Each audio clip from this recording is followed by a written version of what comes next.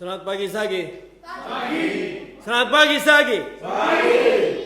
Minggu 18 Juni 2023. Kita sudah di pertengahan Juni dan semua menikmati waktu-waktu bersama tim. Ya, kami juga. Dan kurang lebih kalau di total hampir full 1 bulan kita menikmati kebersamaan bersama dua tim yang berbeda.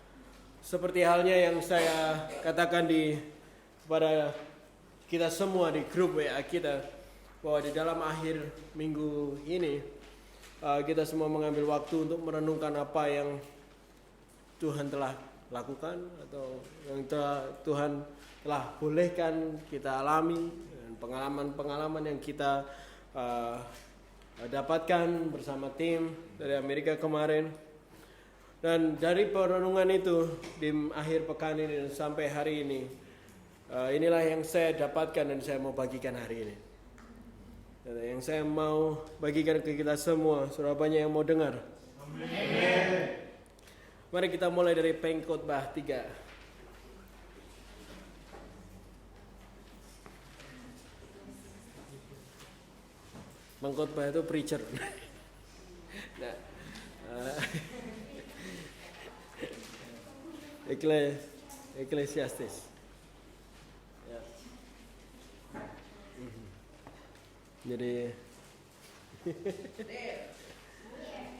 sudah dapat katakan amin. Saya mulai dari ayat yang pertama. Pengkhotbah 3 ayat yang pertama dikatakan ini. Untuk segala sesuatu ada masanya. Ya, kita Bapak Ibu Saudara itu. Untuk apapun di bawah langit ada waktunya. Ada waktu untuk lahir, ada waktu untuk meninggal. Ada waktu untuk menanam, ada waktu untuk mencabut yang ditanam. Ada waktu untuk membunuh, ada juga waktu untuk menyembuhkan. Ada waktu untuk merombak, ada waktu untuk membangun. Dan ada waktu untuk menangis, ada waktu untuk tertawa, ada waktu untuk meratap, ada waktu untuk menari, ada waktu untuk membuang batu, ada waktu untuk mengumpulkan batu, ada waktu untuk memeluk, ada waktu untuk menahan diri dari memeluk, ada waktu untuk mencari, ada waktu untuk membiarkan rugi dan hilang habis. Ada waktu untuk menyimpan, ada waktu juga untuk membuang. Gudang rumah cowok-cowok tuh ada waktunya.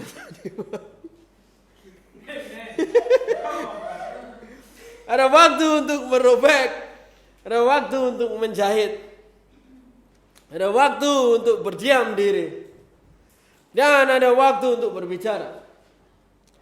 Ada waktu untuk mengasihi, ada waktu untuk membenci, ada waktu untuk berperang, dan ada waktu untuk berdamai.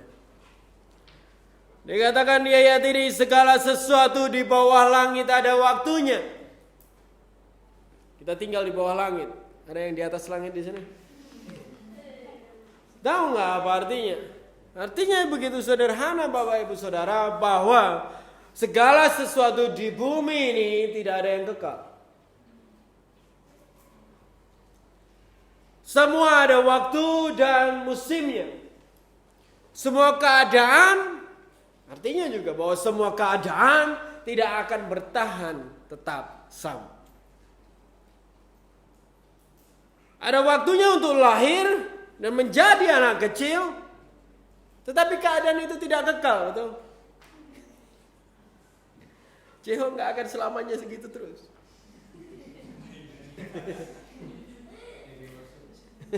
Baby worship ya.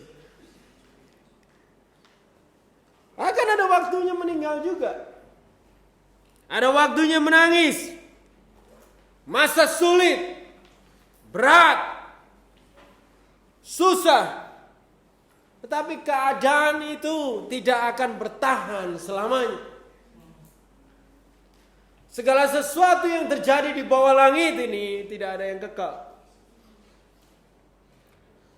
Akan selalu berganti, akan selalu berubah. Bahkan tidak hanya segala keadaan di bumi ini, tetapi kita juga, hidup kita dan situasi hidup kita akan mengalami perubahan.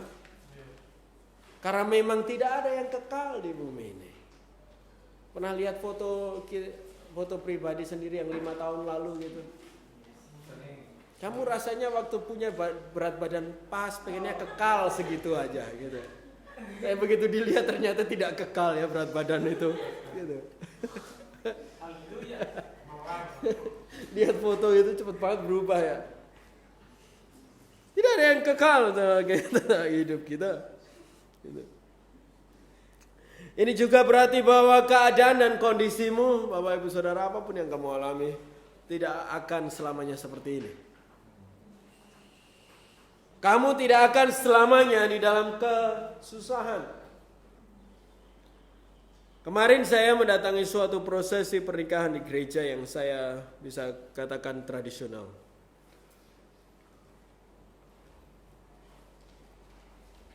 Tetapi uniknya bahwa kenapa saya katakan tradisional, bukan karena bentuk gedungnya saja yang bentuknya seperti rumah adat. Ya, ada sedikit. Tradisional yang saya maksudkan adalah bagaimana gereja itu pun tetap tidak menerima perubahan yang dilakukan Tuhan dari masa ke masa.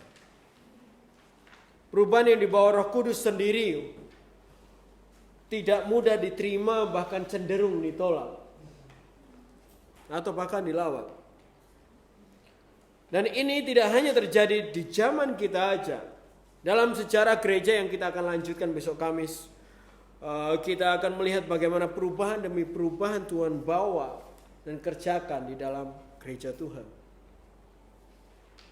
Tetapi di dalam perubahan itu juga bahkan sering juga disebut revolusi.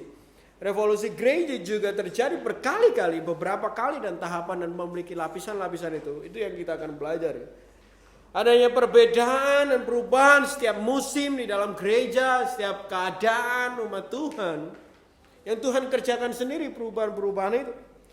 Tapi kita juga lihat bagaimana orang Kristen dan gereja Tuhan tidak menerima perubahan itu atau transformasi yang Tuhan lakukan dengan baik. Bahkan di Alkitab sendiri kita dapat lihat bagaimana perkembangan dan perubahan musim dari kehidupan bangsa Israel. Kitab Kejadian dan Keluaran adalah seperti musim lahirnya bangsa Tuhan. Lahirnya umat untuk Tuhan sendiri. Kita selanjutnya kita dapat di Perjanjian Lama kita dapat musim-musim yang lain, musim bertumbuhnya umat Kristen atau umat Tuhan sendiri. Mereka bertumbuh dari seorang bangsa akhirnya memiliki hukum, memiliki struktur, punya tempat untuk ketemu Tuhan. Semua itu berlanjut dan mereka bertumbuh.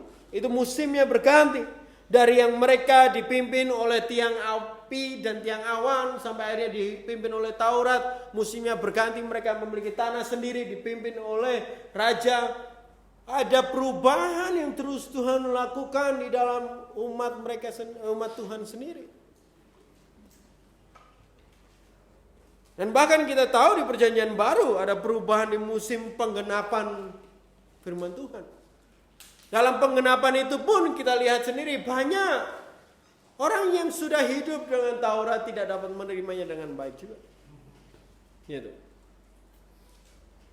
Ya, untuk memahami dan menyadari bahwa ada waktu, ada musim. Selalu ada masa dan waktu, selalu ada musim di dalam hidup kita ini, di dunia ini. Dan di musim-musim itu akan yang terjadi pada umatnya, yang terjadi pada orang percaya, itu dibolehkan Tuhan untuk terjadi. Untuk suatu maksud dan tujuan. Ada maksud dan tujuan di balik semua itu. Kita lihat ayat 9. Apakah untung bekerja dari yang dikerjakannya dengan jerih payah? Aku telah melihat pekerjaan yang diberikan Tuhan kepada anak-anak manusia untuk melelahkan dirinya. Kenapa Tuhan mengganti-ganti musim kehidupan? Kenapa nggak semuanya begitu aja ya? Kenapa Tuhan tidak membuat semuanya kekal aja di dunia ini? Karena yang sedang Tuhan lakukan adalah membuat pekerjaannya tergenapi melalui setiap musim yang berbeda.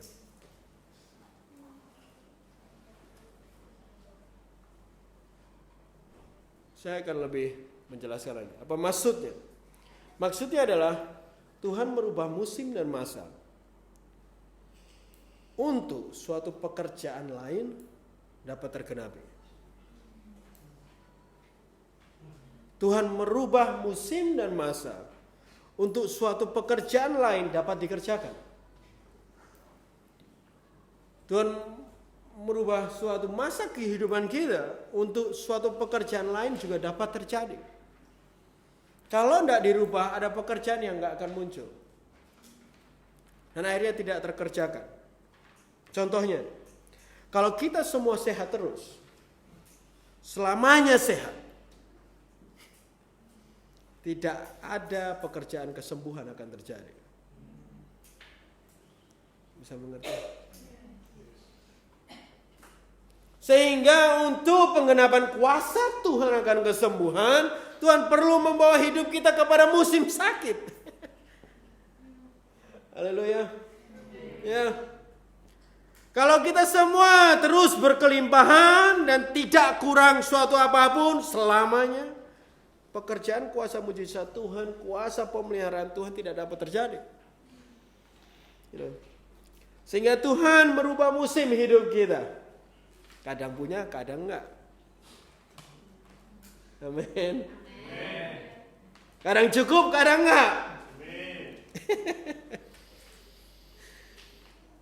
Supaya kuasa Tuhan yang memelihara kita itu dapat digenapi, dapat dinyatakan, dapat terjadi. Ada pekerjaan Tuhan yang Tuhan rindu terjadi. Tuhan rindu untuk itu dilakukan dan tergenapi. Tapi di ayat 10 tadi dikatakan ini, pekerjaan itu diberikan kepada siapa? Pekerjaan itu diberikan kepada anak manusia. Agar anak manusia kelelahan oleh pekerjaan itu. Katakan ini.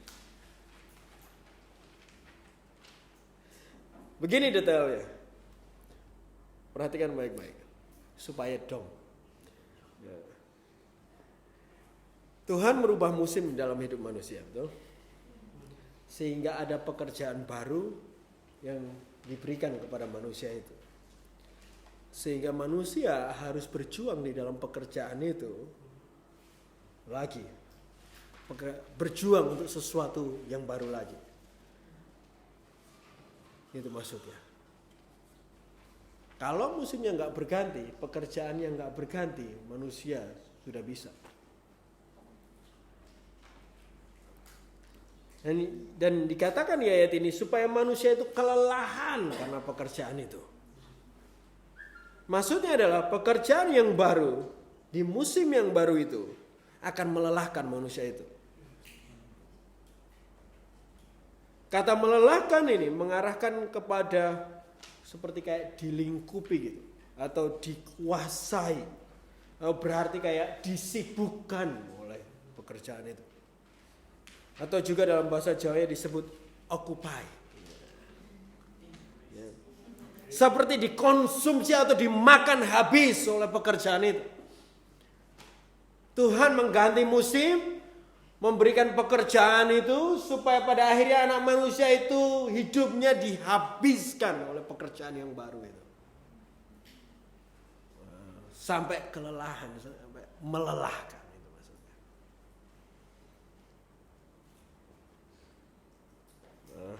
Bisa mengerti?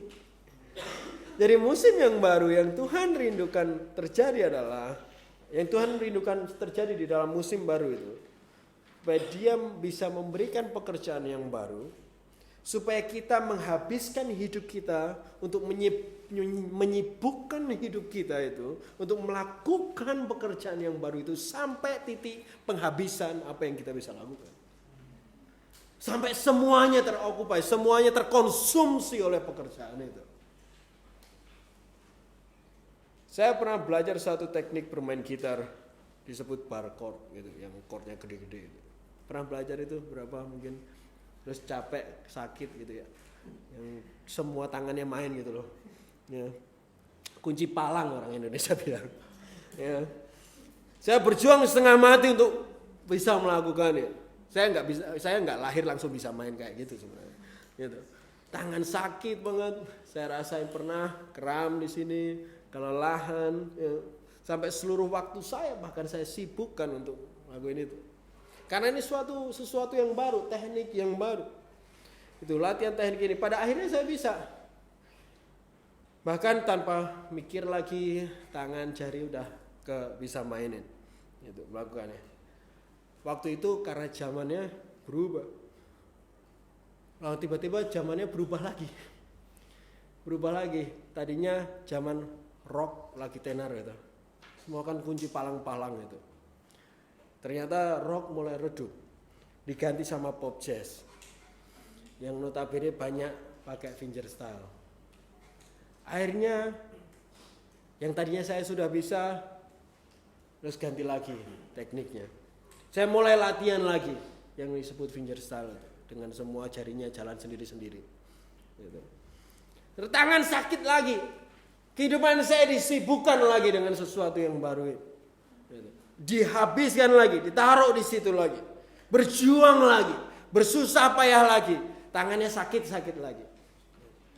Pada akhirnya di ujungnya saya bisa juga fingerstyle.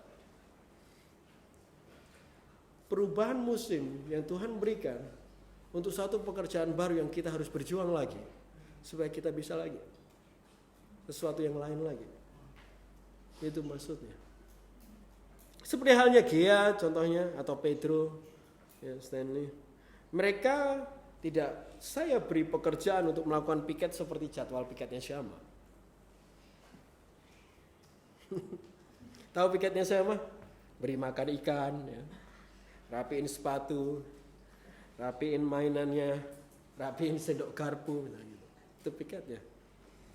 Kalau itu jadi pekerjaan dan tugas Gea dan Pedro, terlalu mudah dan ringan buat mereka. Dapat diselesaikan dengan cepat bahkan. Mereka mungkin sambil tutup mata ngelakuinnya. Enggak lelah. Apa sen?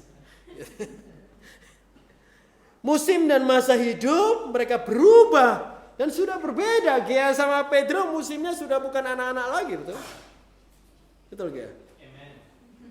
Pekerjaan kayak anak-anak mah ringan, kan? Sehingga mereka diberi pekerjaan yang lebih berat daripada anak-anak, agar hidup mereka dikonsumsi oleh pekerjaan itu. Biar kekuatannya kepake beneran. Biar apa yang mereka bisa itu kepake sampai habis. Pikiran mereka, hati mereka, waktu mereka bisa kepakai keseluruhannya. Sehingga diberikan pekerjaan yang berbeda karena masa dan musim hidup mereka berbeda dengan masa dan musimnya Syama. Bisa mengerti di sini? Yang mengerti katakan amin. Salah satu arti dari kata lelah yang tadi sebenarnya juga depres. Tahu depres? Gundah, bukan robot ya. Murung, sedih karena benar-benar sudah depresi. Gitu. Artinya bahwa segala sesuatu bahkan sudah terkonsumsi oleh pekerjaan itu sampai kita sudah habis gitu. Pernah ngerasain kelelahan yang kayak gitu? Pernah kayak mau dihibur kayak gitu. Semua orang mungkin seneng gak? Tetap karena udah habis gitu. Dan Tuhan memberikan pekerjaan itu di musim yang baru supaya pekerjaan itu menjadi sesuatu yang baru untuk ngabisin hidup kita lagi. Karena kita udah naik. Itu tujuannya Tuhan merubah musim. Pekerjaan yang akan mengkonsumsi semua sumber daya kita. Mengambil semua apa yang kita punya. Mengambil semua yang kita mampu kerjakan sampai habis. Saat merenungkan hal ini, membuat saya sadar. Terkadang waktu kami kelelahan, kami rasa pengen istirahat. Ternyata tidak akan ada masa di mana kita tidak akan lelah. Ternyata tidak akan ada musim di mana kita tidak lelah. Nah, waktu kamu udah merasa nyaman dengan pekerjaan yang sebelumnya, Tuhan kasih musim yang baru supaya capek lagi. Karena memang Tuhan mau buat kita lelah terus. Karena kelelahan itu adalah tanda kamu memaksimalkan hidupmu untuk mengerjakan pekerjaan yang Tuhan beri. Ya. Tetapi lihat, kelelahan ini tidak sia-sia. Kemaksimalan hidup kita tidak sia-sia. Ayat 11. Ia membuat apa? Segala sesuatu apa? Indah. Ia membuat segala sesuatu indah pada waktunya. Bahkan ia memberikan kekekalan dalam hati mereka. Tetapi manusia tidak dapat menyelami pekerjaan yang dilakukan Tuhan pada masa awal sampai akhir. Dia Tuhan akan membuat segala sesuatu indah pada waktunya. Ayat ini disukai orang Kristen banget. Ya, amin. Di sini suka nggak ayat ini? Tapi ini tidak bisa berdiri sendiri tanpa pekerjaan yang melelahkan tadi. Tanpa musim yang berganti, pekerjaan yang baru, pekerjaan yang menghabiskan hidupmu sampai kamu depresi. Tapi ada waktunya Tuhan mendatangkan keindahan itu. Dan bahkan memberikan kamu, dikatakan ini, kekekalan di dalam hati. Siapa yang punya hati di sini? Walaupun kita manusia tidak pernah akan dikatakan di sini juga menebak atau melihat apa yang sebenarnya Tuhan sedang lakukan. Nggak bisa menyelami apa rencana Tuhan dari awal sampai akhir. Tapi Tuhan akan memberikan kekekalan dalam hati itu bagi mereka yang terus bekerja sampai kelelahan.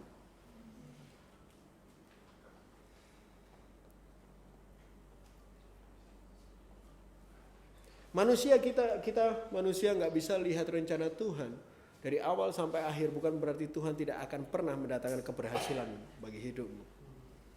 Karena Dia akan membuat segala sesuatu indah pada waktunya. Saya suka banget kalimat ini. Dikatakan di sini, Ia memberikan kekekalan di dalam hati mereka. Kenapa saya suka? Karena kita tahu bahwa apapun yang di bawah langit tidak ada yang kekal, betul? Akan berubah-ubah. Ada musim, ada masa, ada waktunya.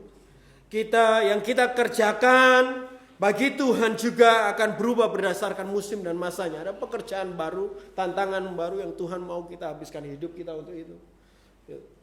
Tetapi saat musim itu berubah, pekerjaan diberikan, kita mengerjakan dengan maksimal sampai kelelahan, sampai depresi. Apa yang terbentuk di dalam hati ini karena pekerjaan itu akan tinggal tetap. Bisa mengerti? Saat kita mengerjakan pekerjaan yang Tuhan berikan itu dengan semaksimal mungkin, apa yang dihasilkan, apa yang kita sadari, ada sebuah perubahan yang terjadi di hati ini saat musim itu terjadi. Akan tinggal tetap di hatimu. Ini harus pelan-pelan dipahami betul. Padahal sesuatu yang kekal hanyalah yang berasal dari Tuhan, betul? Jadi waktu ada sesuatu yang tinggal tetap di hatimu, dari semua proses ini adalah sesuatu yang berasal dari Tuhan, tetap tinggal di sini. Seperti halnya gini. Ada musim di mana kamu diajar Tuhan lagi untuk mengasihi saudaramu satu rumah yang menyebalkan mungkin. Yang paling berisik serumah. Paling naruh sampah di mana-mana. Yang gak cuci piringnya habis makan. atau jarang mandi, ya, atau apapun itu. Tapi di musim itu Tuhan lagi ngajarin kamu untuk kamu bisa mengasihi dengan benar. Dan kamu berjuang di dalam pekerjaan itu. Berjuang di dalam musim tugas Tuhan yang baru itu. Di dalam hatimu akhirnya menghasilkan kasih yang benar. Dan setelah itu Tuhan ganti musimnya. Ada pekerjaan baru. Tetapi kasih yang benar itu akan tetap tinggal di hatimu. Itu maksudnya. Apa yang dihasilkan di dalam proses musim yang baru, di dalam proses pekerjaan Tuhan itu, di dalam dirimu akan kekal dan tinggal tetap. Musim boleh berganti, tapi ada kekekalan sifat ketuhanan di dalam kita yang enggak berubah dari proses itu. Itu maksudnya.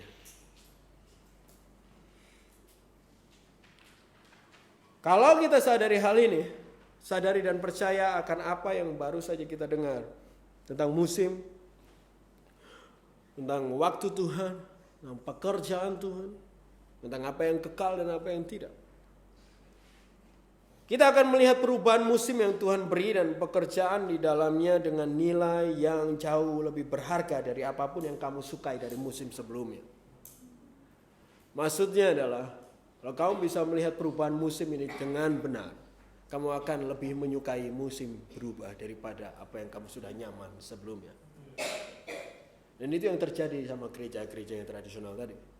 Nggak suka perubahan yang Tuhan beri sehingga mau bertahan di situ karena mereka sudah nyaman di situ.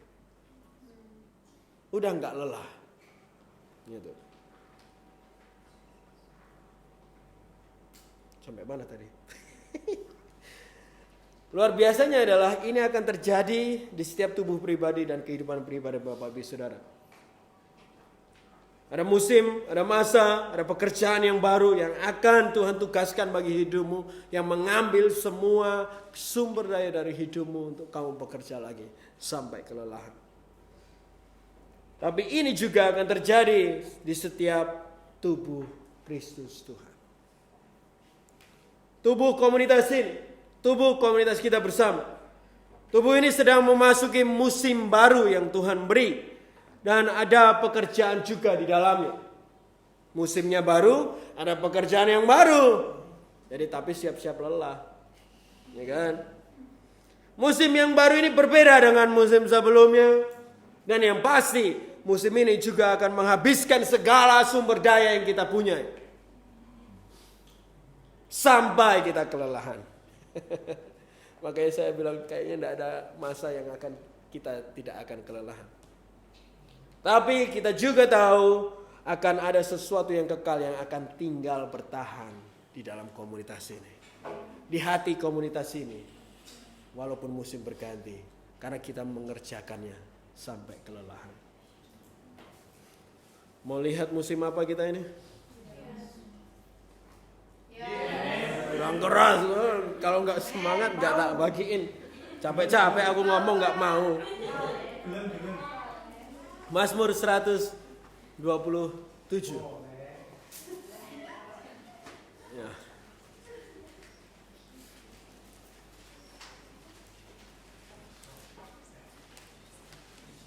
Pengkhotbah 3 tadi salah satu ayat yang banyak sering dikaji, tapi ini benar-benar hal yang baru banget bahkan untuk saya sendiri melihatnya seperti ini. Gitu. Saya harap saya bisa jelaskan ke Bapak Ibu Saudara dengan baik tadi. Mazmur 127 ayat 4. Seperti sudah di situ? Sudah, katakan amin. Yang belum angel. Oke. Ayat 4, seperti anak-anak panah di tangan pahlawan, demikianlah anak-anak pada masa muda. Seperti apa? Anak-anak panah di tangan pahlawan, demikianlah anak-anak pada masa muda. Di dalam sejarah beberapa sumber mengatakan pahlawan selalu memilih bahkan membuat anak panah mereka sendiri. Mereka tidak asal pakai anak panah orang lain. Mereka membuat anak panah mereka dengan tangan mereka sendiri. Ya, karena mereka mau memastikan betul bahwa dengan anak panah yang mereka buat ini anak panah ini akan menuju tepat ke sasaran, ke musuh yang mereka inginkan. Siapa anak panah ini? Katakan di sini anak-anak pada masa muda. Ini agak sulit dia, anak-anak pada masa muda. Ya anak kan memang muda. Gitu. Anak yang di sini bukan berarti umur, tetapi lahir dari siapa. Seperti ayat yang sebelumnya dikatakan anak manusia. Itu bukan berarti dia selalu muda, tetapi dia adalah anak dari manusia. Gitu maksudnya. Saya ngerti? Kita bilang anak gajah itu bukan berarti itu selalu muda. Kita bisa mungkin anak gajah juga gede. Gitu. Ya anak gajah sih gede ya memang.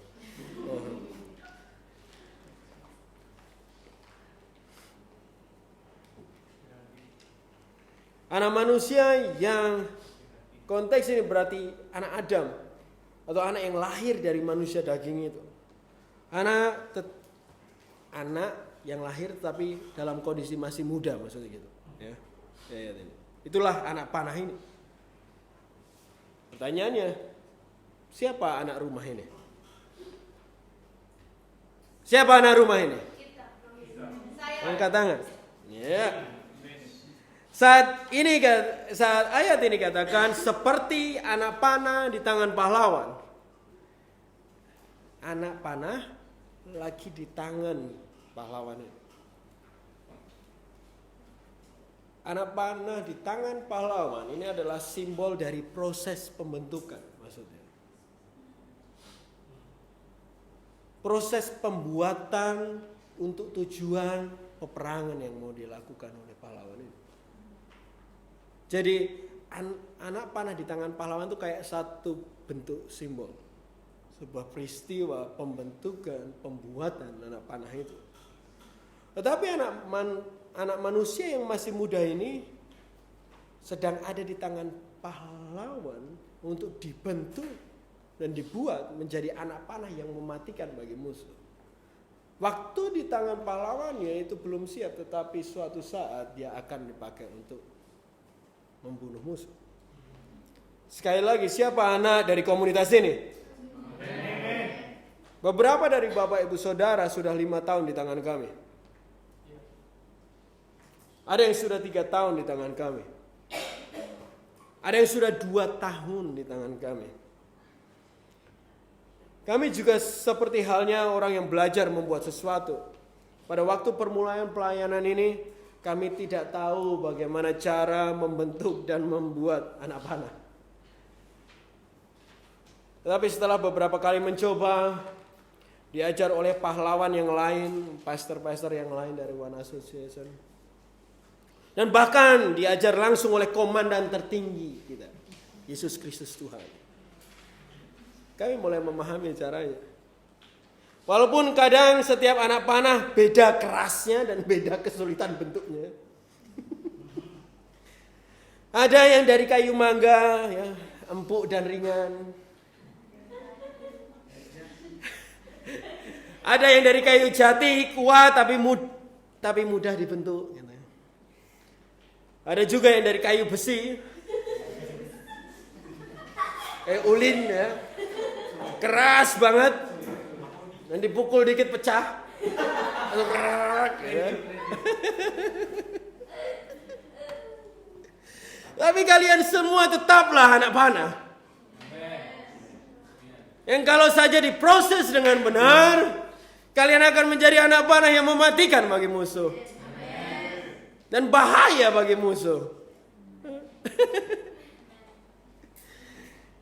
Tapi ternyata musim sudah berubah Bapak Ibu Saudara. Ayat 5. Berbahagialah orang yang telah membuat penuh tabung panahnya dengan semuanya itu. Ia tidak akan mendapat malu apabila ia berbicara dengan musuh-musuh di depan pintu gerbang. Tahu nggak tabung yang dimaksudkan di sini? Tabung apa? Bukan tabung gas ya. Gas melon. Tabung gas melon. Tabung di sini adalah tempat untuk mengisi anak panah. Biasa kalau lihat film ya apa? Anak panah tuh ya hokai atau apa gitu ya. Mereka punya anak panah yang ditaruhkan di tabung itu. Gitu. Yang mengisi semua anak panahnya terus dibawa ke peperangan. Dan dikatakan di sini berbahagialah mereka yang tabungnya penuh. Mereka tidak akan dapat malu. Maksudnya mereka tidak akan mendapat kekalahan atau kesedihan. Mereka akan penuh percaya diri untuk berdiri, bahkan dikatakan untuk menghadapi musuh di pintu gerbang. Menghadapi musuh yang mencoba terus masuk ke kota itu. Yang musuh yang mencoba masuk dan menyerang, tetapi mereka karena mereka memiliki anak panah yang penuh, mereka tidak akan kalah. Tuhan menunjukkan kepada kami kalau tabung komunitas ini sudah mulai terisi. Sudah ada anak panah yang siap untuk dipakai berperang. Pertanyaannya adalah bagaimana bisa tabung itu penuh? Karena adanya proses pembuatan. Adanya proses pembentukan yang dilakukan pahlawan itu. Beberapa dari kalian tahu cerita ini di mana dulu kami berdua membara dan bersemangat untuk menginjili dan menjangkau semua orang. Tapi ada satu ketika Tuhan berbicara kepada kami bahwa kami tidak dapat melakukannya sendiri. Kami berdua tidak bisa melakukannya sendiri. Saya baru sadar lebih dalam lagi waktu merenungkan hal-hal ini tadi. Ternyata yang Tuhan maksudkan adalah seperti halnya dia coba katakan, kami tidak bisa maju berperang karena kami tidak bisa maju berperang tanpa anak panah. Kami tidak bisa maju berperang tanpa anak panah di dalam tabung kami, di tangan kami. Sehingga kami merubah fokus kami, musim berubah pada waktu itu. Musim di mana kami berdua menjadi perajin anak panah. Membentuk kayu-kayu yang Tuhan kirim. Baik kayu putih, kayu coklat, kayu hitam, kayu apapun itu. Untuk menjadi anak panah yang mematikan musuh. Kami menghabiskan waktu dan tenaga untuk belajar membuat anak panah. Kami riset tentang pemuritan dari DMM sampai DBS dan banyak lagi. Bukan BRI, BCA, bukan bank ini. Ya.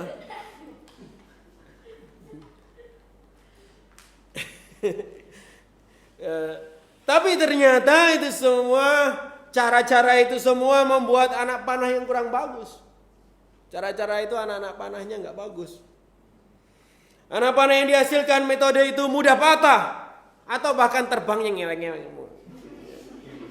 Tidak mengenai sasaran. Akhirnya kami belajar dari komandan tertinggi kita, Yesus Kristus Tuhan. Melihat bagaimana dia membentuk 12 anak panahnya. Anak panah yang kuat, yang melesat bahkan tepat dan cepat pada sasarannya. Ternyata cara buat anak panah yang benar adalah talmidim. Yang Yesus lakukan sendiri dan kemudian menghabiskan waktu dan tenaga itu. Itulah yang kami lakukan untuk buat anak panah yang kami sendiri sudah dipercayakan dengan cara yang Tuhan juga lakukan. Tapi ternyata musim telah berganti juga saat ini. Musim perajin anak panah itu sudah ditambahkan dengan musim yang baru. Musim di mana kami sadari kami sudah memiliki beberapa anak panah yang sudah siap berperang. Yang sudah ada di dalam tabung itu. Rasanya seperti sedang lagi sibuk membuat sesuatu gitu kan. Lagi asik terus gitu. Terus tiba-tiba sadar, wah udah kebanyakan gitu. Pernah buat sesuatu kayak gitu? Kamu lagi asik buat terus itu ternyata udah ada, udah cukup ternyata gitu. Itu rasa kesadaran yang kami dapatkan. Gitu. Begitu sibuknya terus membuat yang baru, gitu. Lupa kalau ada yang sudah siap dan sudah lama siap. Anak panahnya sudah lama ditabung itu, tapi sibuk terus sama yang baru. Padahal udah ada yang bisa dipakai untuk berperang. Sudah selesai dibuat. Kadang juga udah selesai dibuat, diambil lagi. Kurang lurus sidik gitu. Selesai lagi. Oh kurang sidik. Gitu. Padahal sudah siap. Gitu. 3 hal itu yang banyak Tuhan sadarkan kepada saya. Situasi di mana saya tidak sadari bahwa kita sudah punya anak panah yang ready. Kadang terus asik untuk buat yang baru, yang sudah siap dari lama, cuma duduk diam saja. Atau juga lebih berpikiran negatif terhadap yang sudah siap, untuk selalu lihat kurang ini, kurang itu. Padahal Tuhan katakan tabungmu sudah berisi.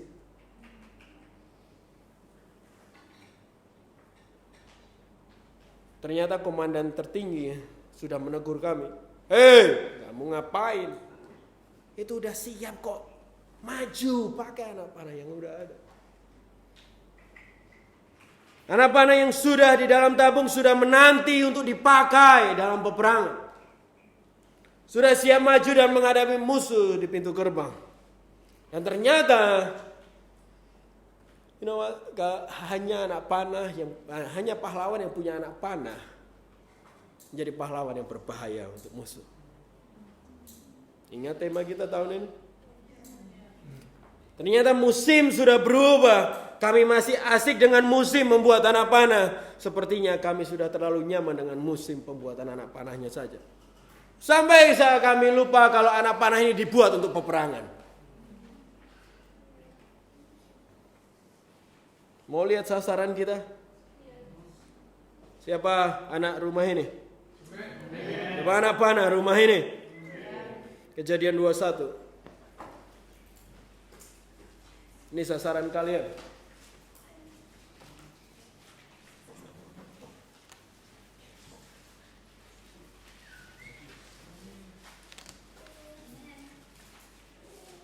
Kejadian 21 yang sudah dapat katakan amin. Saya mulai dari ayat 14.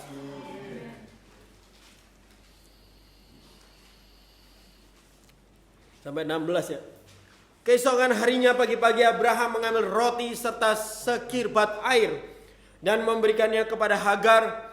Ia meletakkan itu beserta anaknya di bahu Hagar. Kemudian disuruhnya lah perempuan itu pergi. Maka pergilah Hagar dan mengembara di padang gurun Beersheba. Ketika air di kirbat itu habis, dibuangnya lah anak itu di bawah semak-semak. Dan ia duduk agak jauh, kira-kira sepemanah jauhnya. Sebab katanya, tidak tahan aku melihat anak itu mati. Sedang ia duduk di situ, menangislah ia dengan suara nyaring. Oh, di ayat ini siapa yang kira-kira sedang dibicarakan? Ya. Ismail itu menggambarkan atau mewakili siapa saat ini? Islam. Orang Islam atau orang yang belum percaya, betul? Di dalam cerita ini, Ismail dikeluarkan dari rumah bapaknya dan pergi dari rumah bapaknya. Kalau kamu menyadari paradigma ini akan berubah cara kamu melihat orang-orang yang belum percaya. Mereka pernah serumah. Dan mereka keluar dari rumah itu. Ismail juga bagian dari keluarga Abraham, tetapi dia keluar dari rumah Abraham. Seberapa jauh posisi Ismail di sini? Dikatakan sepemanah jauhnya. Sepemanah adalah jarak tempuh. Maksudnya anak panah itu bisa terbang. Enggak, jadi kalau anak panah itu dilesatkan, jarak Ismail itu segitu. Itu maksudnya. Artinya Ismail hanyalah sejauh anak panah ditembakkan. Mereka tidak jauh. Mereka hanya sejauh kalau anak panah itu benar-benar dilepaskan.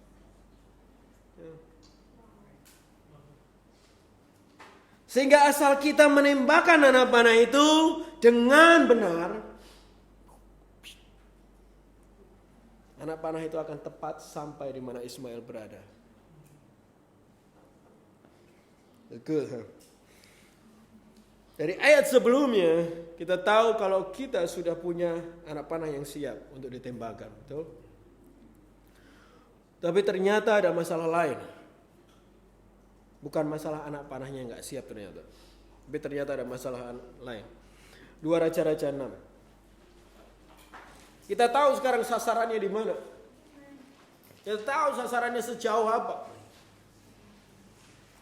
Kita tahu juga siapa kita. Tapi ternyata ada masalah lain.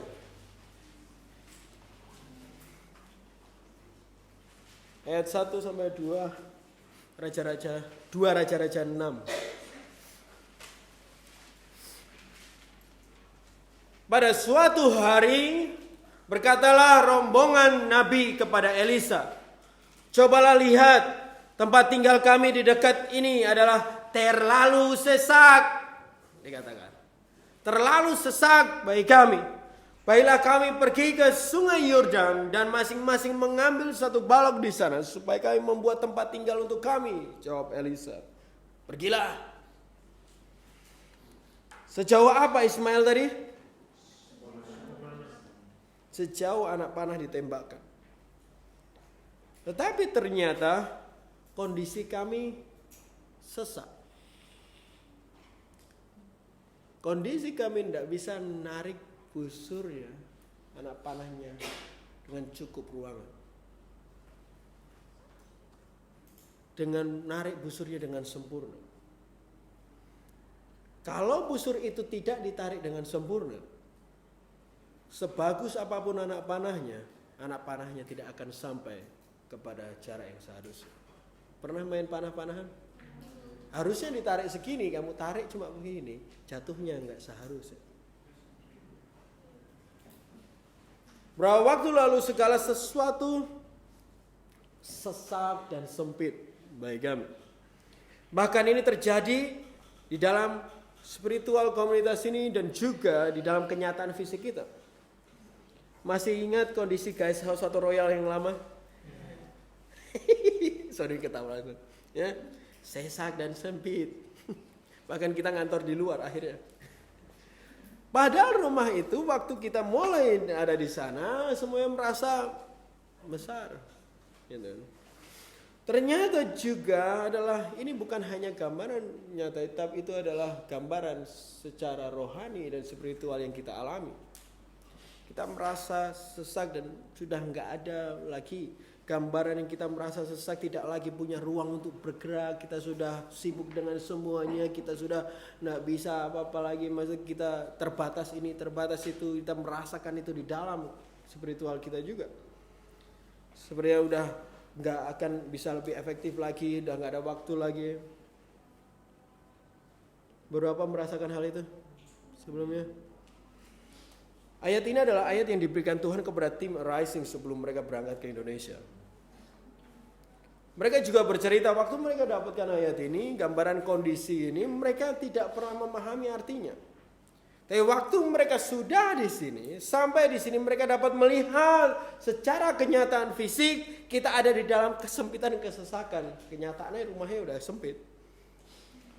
Tapi ternyata itu adalah sebuah tampilan dari apa yang sebenarnya terjadi secara roh juga, secara spiritual di dalam kita juga merasakan kesempitan itu. Kita merasa sudah sempit, merasa tidak punya lagi ruang untuk melakukan penginjilan, tidak lagi ada waktu untuk menjangkau keluar, sudah tidak ada semua itu. Kita merasa sudah mentok. Ternyata kesempitan ini yang membuat kita tidak mampu berperang dengan benar. Harusnya begini ya, ya. Ya. Nggak ada ruang yang benar. Dan jalan satu-satunya untuk kita dapat menembakkan anak panah ke jarak yang seharusnya, kita harus membuat ruang, betul? Membuat ruang untuk narik busur itu jadi maksimal. Di ayat ini dikatakan mereka mengambil balok kayu dan mereka membuat rumah untuk mereka. Gimana cara kita membuat ruang lebih luas? Jadi lebarin lah Pak. Itu yang mereka lakukan, mereka melebarkan. Udah, gitu aja. Kalau sempit, ya dilebarin. Tapi lihat gimana cara mereka ngelebarinnya. Mereka bersama-sama dikatakan. Dan masing-masing ngambil kayu sendiri-sendiri. Ini kan? Mereka masing-masing mengambil batang kayu dan membuat rumah itu bersama-sama. Setiap mereka mengambil bagian untuk mengambil bahan atau bawa bahan untuk memperluas tempat mereka. Mereka bahkan mengatakan, baiklah kami pergi. Di dalam bahasa aslinya permintaan ini adalah permohonan seperti di dalam doa. Kayak, mohon. Betul brother? Ya, mohon. Silakan. Ya. Kayak benar-benar minta karena mereka mau, bolehkan kami pergi, masing-masing kami bisa ambil satu-satu gitu. Mereka benar-benar rindu banget untuk berpartisipasi, untuk memperluas tempat itu. Biarin kami pergi, mohon biarin. Bolehin kami pergi supaya kami semua bisa ambil satu-satu, ambil bagian di dalam membangun tempat yang lebih luas. Mereka rindu banget untuk lakukan hal ini. Saya tahu mungkin beberapa berpikir aneh sekali semua orang dilibatkan untuk mengontrak rumah yang baru, ya, royal yang baru. Semua bayar dengan porsinya masing-masing untuk mengontrak rumah. Kamu pernah ngerasain aneh atau bertanya-tanya tentang hal itu?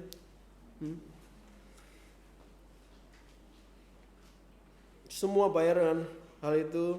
Kamu mungkin merasa aneh, tetapi itu adalah bagian dari bentuk nyata dari apa yang terjadi juga di rohani kita. Waktu kalian semua, termasuk royal, mengambil bagian untuk menciptakan ruang lebih di rumah baru, di dalam roh kita, kita juga sedang berkontribusi untuk menciptakan ruang yang luas. Siapa yang merasa sekarang kalian semangat banget untuk penginjilan?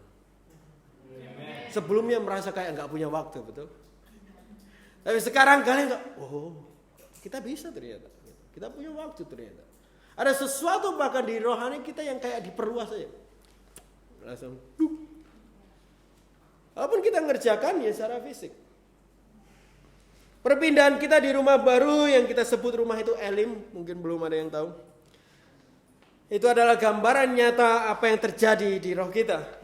Ingat, the guys, Bu Yeni nggak ada di sini. Bu Yeni dan Gio, Inang, dan semua karyawan royal, dan juga semua orang lain yang membantu perpindahan dan penempatan rumah Elim ini. Kamu sedang berkontribusi di dalam menciptakan ruang untuk anak panah ini dapat ditarik dengan maksimal. Untuk anak panah ini dapat ditembakkan secara maksimal, tepat pada sasarannya. Bahkan karena perpindahan ini, kami dapat merasakan ruang yang lebih dan untuk siap berperang. Sekarang kita siap tembakan anak panah kita. Di note saya tulis slide, tapi slide-nya enggak ada. Enggak ada. I text Pastor Nick since the midnight last night to send the picture that we in the new house and then we three. Kayak bertiga ada fotonya mereka bertiga begini. Tapi kayaknya nggak dibalas dari tadi tengah malam. Jadi tetapi ini ada tadinya saya mau tampilkan foto ini bahwa ini bukan hanya khotbah yang saya susun, tapi ini benar-benar apa yang kita alami. Bahwa Tuhan membuat ruang yang lebih besar. Kami bertiga, saya Pak Pren dan Pak Kevin. Foto besar. Gitu. Ada? Oh, you guys have? Oh. Send it to the group, you know.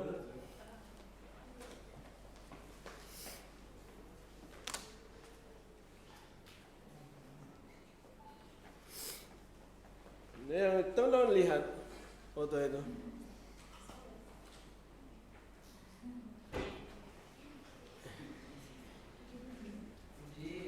Ya. Sekarang kita bisa tembakan anak panah kita. Baik secara roh maupun kenyataan fisik, ruang lebih luas. Kita bisa narik betul-betul anak panah kita. Dan yang luar biasa lagi, kita balik ke Kejadian 21. Tapi saya mulai dari ayat 17.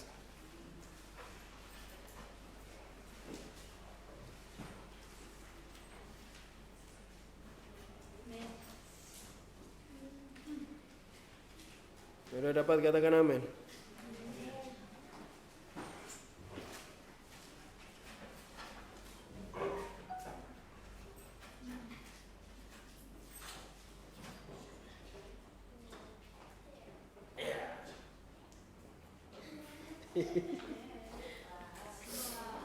Ya. Katakan di sini Kejadian 21. Allah ayat 17. Allah mendengar suara anak itu. Suara siapa? Lalu malaikat Tuhan berseru dari langit kepada Hagar, kepadanya, apakah yang kau susahkan, Hagar? Jangan takut, sebab Tuhan telah mendengar suara anak itu. Kayak di film-film. Di tempat ia berbaring. Apa yang terjadi di sini? Di ayat ini, Ismail menangis dan dikatakan Tuhan mendengar suara anak itu. Tuhan mendengar suara Ismail. Tuhan mendengar suara tangisan dari tempat di mana Ismail berada. Kenapa Ismail nangis? Ismail kehausan. Posisi mereka di padang gurun. Dan Ismail menangis kehausan. Apa yang saya sadari dari apa yang tim Remnant tinggalkan bagi kita adalah mereka membantu kami sadar bahwa Tuhan mendengar teriakan mereka. Orang-orang yang belum mengenal Tuhan, teriakan jiwa dan roh mereka yang haus dan mencari segala sesuatu di dunia ini untuk menyingkirkan kehausan mereka, tapi tidak ada yang bisa. Mereka tinggal di padang gurun, panas, gersang, dan tidak ada kehidupan. Tidak ada yang mampu bertahan hidup segar di padang gurun. Baru di situ aja siang-siang udah agak kuat. Ismail sedang menangis, Bapak Ibu Saudara, dan berseru meminta air, dan Tuhan mendengar mereka.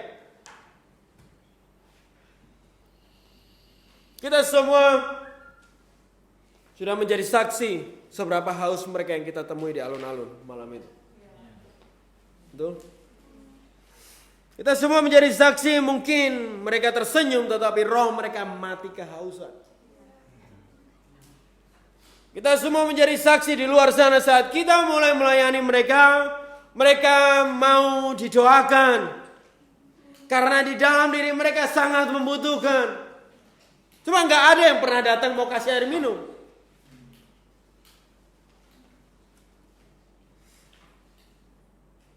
Walaupun ada juga yang tidak mau didoakan, tetapi mereka tidak mau didoakan hanya karena tidak mau dilihat orang. Tapi sebenarnya di dalam mereka benar-benar kehausan dan mereka mau. Dan keputusasaan hidup itu ada di dalam mereka. Kehausan itu adalah bentuknya, adalah keputusasaan. Saya bahkan kaget ngobrol sama beberapa orang pada waktu itu, malah mereka juga punya rencana bunuh diri dan lainnya. Segitu parahnya kehausan mereka. Gitu. Mereka ada di padang gurun, Bapak Ibu Saudara, mereka butuh air. Apakah kamu menyadari hal ini? Pengalaman bersama tim dalam 1 bulan terakhir ini membawa kita kepada kita melihat kondisi Ismail yang sesungguhnya. Kondisi mereka yang membutuhkan pertolongan. Kita lihat ayat 19. Lalu Tuhan membuka mata Hagar sehingga ia melihat sebuah sumur Ia pergi mengisi kirbatnya dengan air, kemudian dia beri anak itu minum. Saya coba merenungkan ini paling lama ya yang saya renungkan dalam air pekan ini. Karena apa maksudnya? Ternyata ini arahnya. Ayat ini adalah ayat direksi atau gimana caranya. Di ayat 18 tadi kita baca bahwa malaikat Tuhan katakan bahwa Tuhan dengar tangisan anakmu. Ya. Betul? Dan ia membuat Hagar, dan itu membuat Hagar menyadari bahwa Tuhan Adonai melihat dan mendengar mereka. Jadi perkataan malaikat tadi membuat Hagar sadar bahwa Tuhan ngerti apa yang kita alami. Tuhan ngerti dan dia mendengar suara kita. Dan seketika itu juga Tuhan membuat Hagar bisa melihat sebuah sumur. Apa yang sebenarnya sedang dikatakan malaikat itu tadi? Ini yang sering kita sebut perkataan nubuatan atau perkataan yang lebih tepatnya word of knowledge. Atau dalam Alkitab bahasa Indonesia dikatakan perkataan hikmat. Kalau mau baca di 1 Korintus 12 ayat 8 catat aja. Ya. Ini adalah hikmat tentang kondisi seseorang yang sebenarnya seperti apa sebenarnya yang dilihat Tuhan. Gitu maksudnya. Dan juga tentang apa yang Tuhan sedang lakukan untuk orang itu. Gitu. Jadi nubuatan dan perkataan hikmat ini biasanya sambung, biasanya barengan.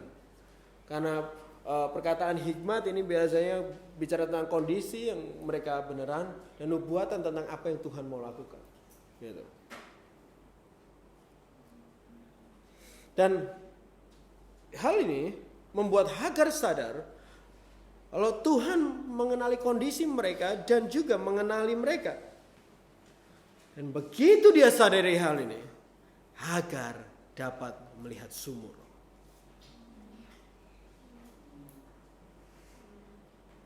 Nah, begitu Hagar sadari bahwa Tuhan tahu kita. Tuhan ngerti kondisiku. Langsung matanya terbuka bisa lihat sumur. Ayat ini tidak katakan bahwa Tuhan menciptakan sumur loh.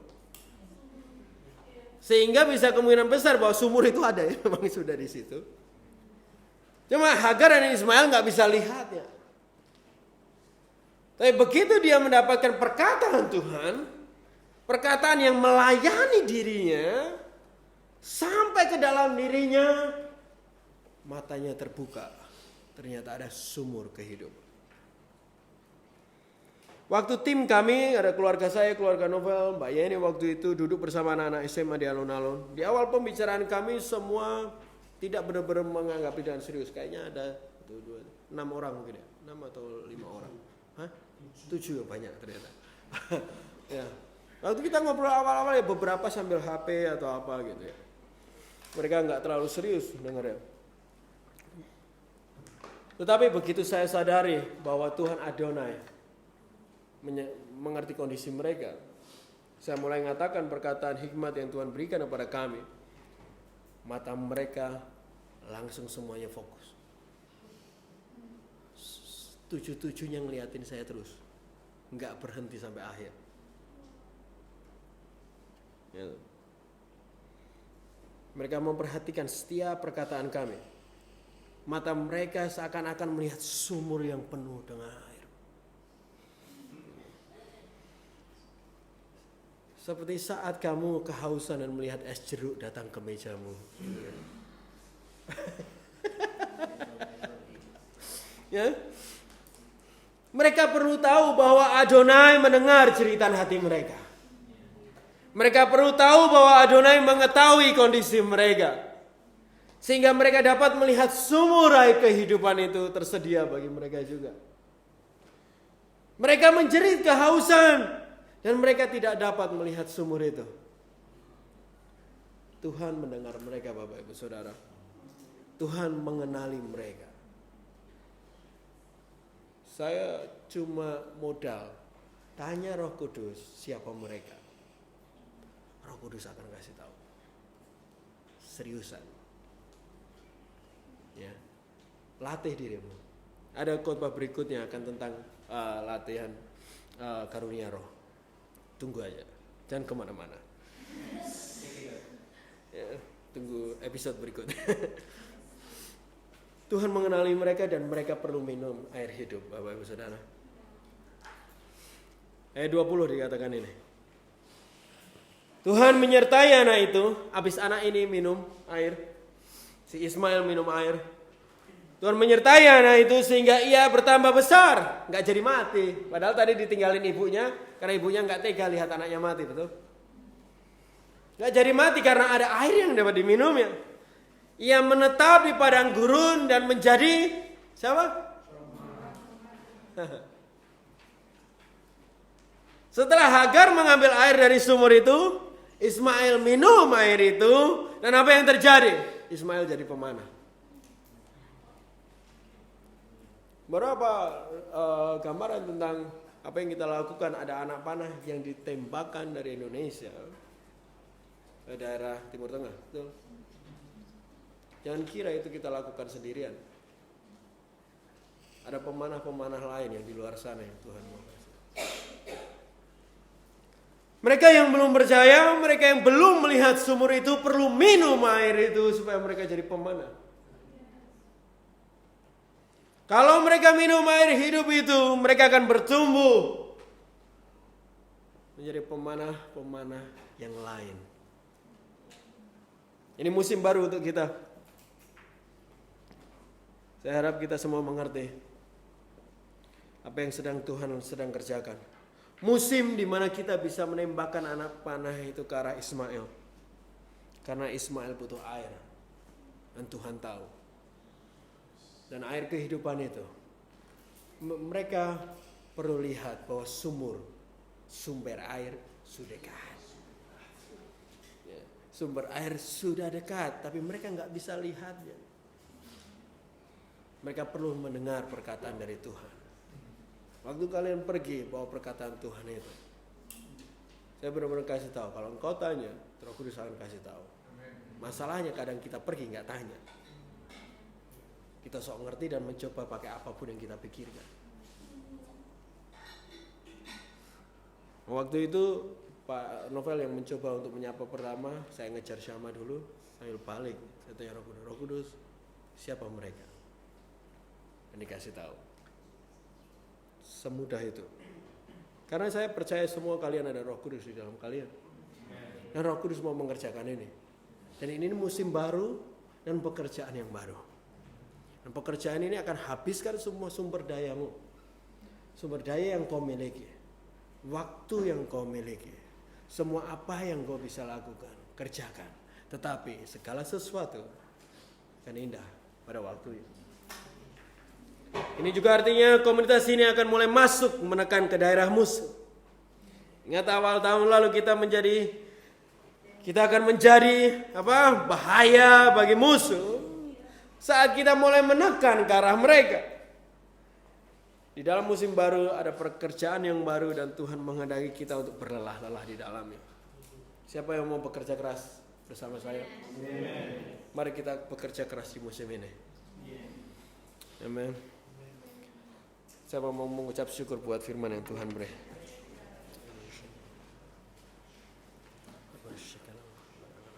Mari kita mengucap syukur buat apa yang Tuhan udah boleh panggil kita. Mengucap syukur buat musim yang baru yang Tuhan beri. Buat pekerjaan yang baru yang Tuhan beri. Dan bahkan arahan yang Tuhan boleh berikan kepada kita.